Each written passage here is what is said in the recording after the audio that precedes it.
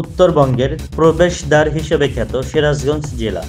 এই জেলা যেন প্রাকৃতিক সৌন্দর্যের নৈসর্গিকতায় পরিপূর্ণ, যাতে মন প্রাণ শীতল হয়ে যায়।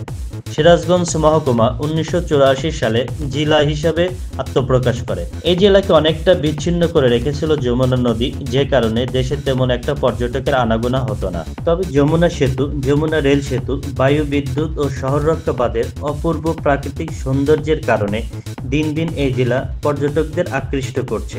পীর আউলিয়ার পণ্যভূমি শাহজাদপুর। শাহজাদপুরের অন্তর্গত রাউতারা স্লুইস গেট পর্যটকদের বিনোদনের জন্য নতুন মাত্রা যোগ করছে। যমুনা নদীর লাগোয়া চলনবিলের সাথে সংযুক্ত ধলাই নদীর উৎস মুখ স্লুইস গেট এলাকায় পানির প্রবাহ এক অন্যতম সৌন্দর্যের মাত্রা যোগ করেছে, যা দেখতে প্রতিনিয়ত হাজারো দর্শনার্থী ভিড় করছে। রাউতারা স্লুইস গেট বিনোদন প্রেমীদের ভালোবাসার জায়গা হয়ে উঠলেও এটা মূলত নির্মাণ করা হয়েছিল ভারত থেকে আসা বন্যার পানি যেন যমুনার অস্বাভাবিক পানির বৃদ্ধি করতে না পারে। শাহজাদপুরের নির্ধারিত পর্যটন এলাকা না থাকায় বিনোদনের রাউতারা স্লুইস গেট পরিবার পরিজন নিয়ে ঘোরাঘুরির জন্য অন্যতম বিনোদন কেন্দ্র হিসেবে পছন্দের স্থান হয়ে উঠেছে।